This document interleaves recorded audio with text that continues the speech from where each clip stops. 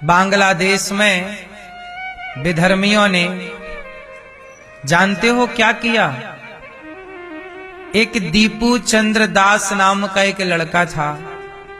उस लड़के को बांग्लादेश के कुछ विधर्मियों ने पकड़ करके मारा, और जब मारने से नहीं मरा तो जिंदा उसे पेड़ पे लटका के पेट्रोल डाल के जला दिया, और जल रहा था तो भी उसे मार रहे थे डंडों से। अब बताइए इतना निर्दयी कौन हो सकता है? किसी आदमी को, किसी व्यक्ति को आप जिंदा जला दें, इससे बड़ी निर्दयता हो सकती है? इससे बड़ा निर्दयी कोई हो सकता है? इसलिए हम सनातनी सबकी आंखों में क्यों खटकते रहते हैं? क्योंकि हम सनातनियों के अंदर दया है, करुणा है। हम जरूरत से ज्यादा दयावान हो गए मेरी माँ, इसलिए हम सनातनियों को जिंदा जलाने लग गए लोग। इसलिए आप लोगों से कहता हूं दया करिएगा, पर इतनी भी ना हो कि तुम्हें कोई जीवित जिंदा जला दे। ये आज बांग्लादेश में हुआ, आज मतलब अभी कुछ दिन पहले ये बांग्लादेश में हुआ। ये बांग्लादेश क्या है? ये भारत ही तो था। अब कहां गए वो लोग जो बंटवारे का समर्थन करते थे? ना बांटा होता भारत को, ना किए होते टुकड़े, तो ऐसे हिंदुओं को जिंदा ना जलना पड़ता आग में। ये बांटने वालों को ही तो पाप लगेगा, और वो अपने को महान बनाए भारत में बैठे हैं। तुम तो बांट के मर गए, लेकिन आज भी तुम्हारी एक गलती का परिणाम, आज भी आजादी के 60-70 साल बाद भी देखो परिणाम क्या है। इसलिए कहता हूं सनातनियों, संगठित रहो, वरना देख लो बांग्लादेश में कैसे जिंदा जला दिया उसे, और पुलिस वहीं खड़ी है, सिस्टम वहीं खड़ा, कोई नहीं रोक रहा है, कोई सरकार नहीं रोक रही है। अब कोई दुनिया के लोग चिल्ला भी नहीं रहे हैं कि हिंदुओं के ऊपर अत्याचार हो रहा है, और किसी मजहबी पंथ के ऊपर तनिक सी बात हो जाए तो हिंदुओं को घेर लिया जाता है, और हिंदुओं को जिंदा जलाया जा रहा है। सब चुप हैं। सनातनियों, चारों ओर झांक कर देख लेना। इसलिए कहता हूं सनातनियों, संगठित रहो, अपनों से गद्दारी ना करो, अपनों से लड़ाइयां ना करो। तुम्हारा दुश्मन कौन है? अपने दुश्मन को पहचान लो।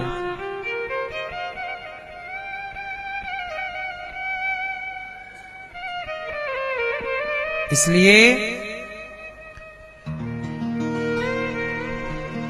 संगठन, संगठित होने की बहुत आवश्यकता है। जहां सुमति तहां संपत्ति नाना।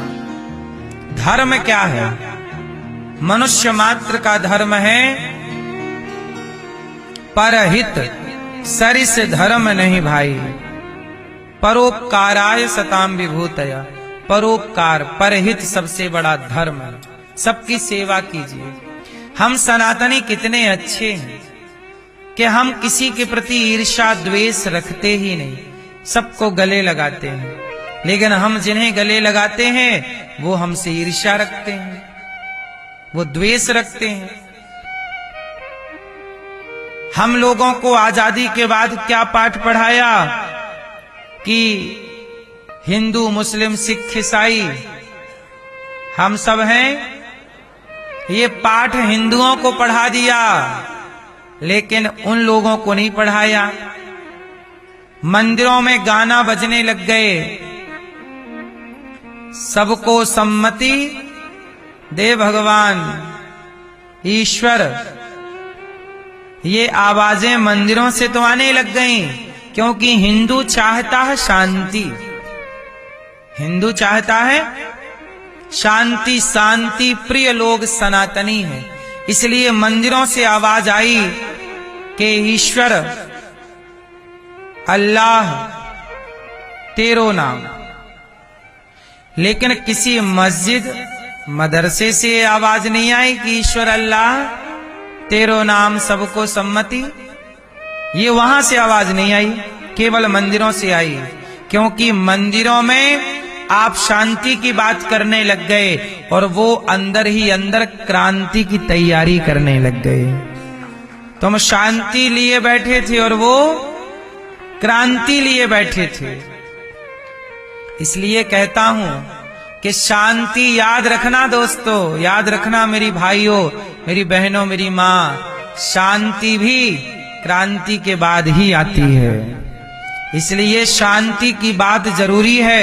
भगवान कृष्ण शांति की बात लेकर गए थे दुर्योधन के पास, शांति से मान ले भैया। लेकिन जब शांति से नहीं माना दुर्योधन तो क्रांति हुई कि नहीं, महाभारत हुआ कि नहीं, हाँ या ना। इसलिए शांति की बात करना अच्छी बात है, लेकिन क्रांति भूल ना जाइएगा। बांग्लादेश के हिंदुओं को अब शांति से गुजारा होगा या तो उन्हें भागना पड़ेगा या तो उन्हें लड़ना पड़ेगा। अब आपके सामने कल ये स्थिति पैदा हो, या तो भागो या तो लड़ो, क्या चुनोगे? कश्मीर में भी ये हो चुका है लगभग 30 वर्ष पहले।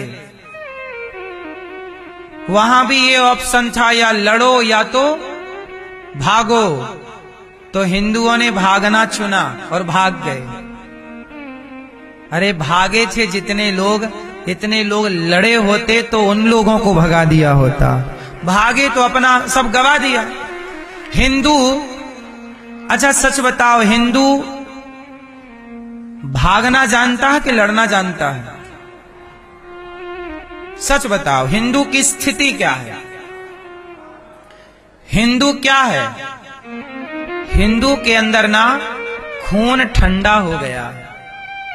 ये लड़ता नहीं है, भाग जाता है। कौन लड़, चलो। लेकिन मैं आपको बताऊं, अर्जुन भी कह रहे थे मैं नहीं लड़ूंगा, भाग जाऊंगा। भागते हुए अर्जुन को लड़ने की प्रेरणा किसने दी? भगवान खुद कहते हैं कि भाग के कहां जाओगे, लड़ अर्जुन लड़।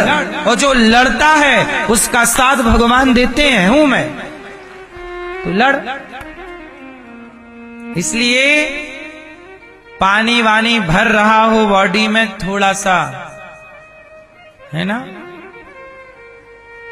पानी ना भर जाए नसों में, खून ही रहे, कमजोर पड़ जाओगे तो भागे। हिंदू भागने में बड़ा माहिर है, दुम दबा के भाग जाता है। हाँ, ऐसे हो जाएगा। सच बताओ, आप में से किस किस के घर तलवार है? हैं? देखो, डंडा भी नहीं रहता हिंदुओं के घर। हिंदुओं के घर डंडा भी नहीं है। तुमने डंडे भी रखने बंद कर दिए।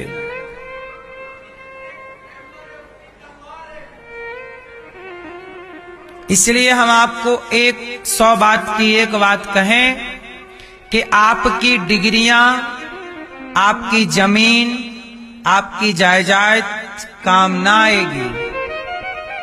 आपके घर के आगे आपके नाम की प्लेट लगी है ना, बस उसे उखाड़ के दूसरा अपना नाम लिख देगा, हो गया उसका।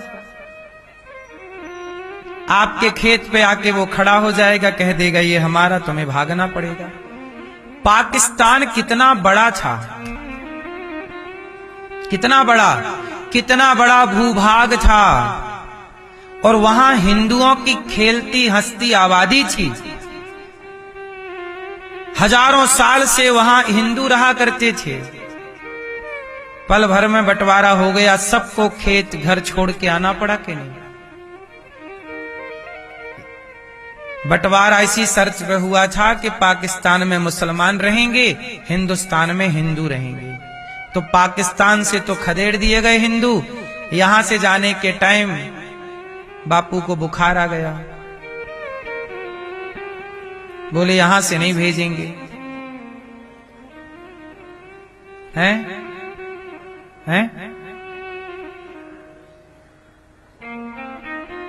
अब देखो, तसल्ली आप कैसे भी कर लो, आप तसल्ली कर लो किसी का भी नाम लेके। आंखें मूंद लेने से संकट नहीं टलता। शुतुरमुर्ग क्या करता है, जब संकट सामने देखता है तो रेत में अपना मुंह डाल लेता है।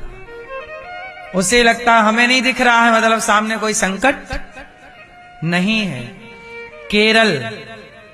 केरल से हिंदू खदेड़ दिए गए। फिनिश है केरल, लगभग फिनिश है। कश्मीर आपके सामने है। बंगाल से हिंदू खदेड़े जा रहे हैं। यूपी में कितने शहर हैं जहां हिंदू अल्पसंख्यक हो गए। अभी मेरे पास एक बच्चा आया, बोले महाराज जी हम अपने गांव से भाग रहे हैं क्योंकि हमारी आबादी हो गई कम, विधर्मी हो गए। अब जिस गांव में वो पीढ़ियों से रहे, आज वो गांव छोड़ के भागना। अब क्या कर लो, आज अभी 2025 की बात कर रहा हूं, भारत की यूपी की बात कर रहा हूं। गांव से हिंदू खदेड़े जा रहे हैं। बस आप लोग अभी इस बात से खुश हैं कि उनके घर में आग लगी है, हमारे घर में थोड़ी लगी है। भूल गया हिंदू कि आग उनके घर में लगी है तो आग तुम्हारे घर तक भी आने में बहुत देर नहीं। सुनो, जंगल में दो शेर थे। जंगल में दो शेर रहते थे। एक शेर जवान था, एक शेर थोड़ा सा बूढ़ा था। दोनों की अच्छी मित्रता थी, फ्रेंड हैं, दोस्त हैं। बूढ़ा शेर और जवान शेर में एक दिन कुछ कहा सुनी हो गई, आपस में मतभेद हो गया, मनभेद हो गया, दोनों में कट्टी हो गई। बात नहीं करेंगे अब, चलो। बूढ़ा शेर अब कुछ बूढ़ा और हो गया, तो जंगल के कुत्तों ने बूढ़े शेर को घेर लिया कि अब तो ये बूढ़ा हो गया और इसके जवान दोस्त से इसकी बोलचाल भी नहीं है, चलो अब इसे मार डालते हैं। तो जंगली कुत्तों ने बूढ़े शेर का शिकार करना स्टार्ट किया, उसे नोचने लगे। जवान शेर को पता चला कि मेरा दोस्त संकट में है, दौड़ पड़ा और जवान शेर आया दहाड़ा, सारे कुत्ते भाग गए। तो उन कुत्तों में से एक कुत्ता बोला कि भाई आपकी तो खटपट थी, आप क्यों इसकी मदद करने आ रहे हो, मर जाने दो। तो जवान शेर ने जो कहा वो सारे हिंदुओं को सुनना चाहिए। जवान शेर ने कहा कि देखो, आपसी मतभेद मनभेद थोड़ा बहुत हो तो ठीक है, कोई बात नहीं, पर आपस में इतने भी मतभेद मनभेद मत पाल लीजिएगा, आपस में इतने भी मत लड़ जाइएगा कि तुम्हारे लड़ाई का फायदा ये कुत्ते उठाने लग जाए।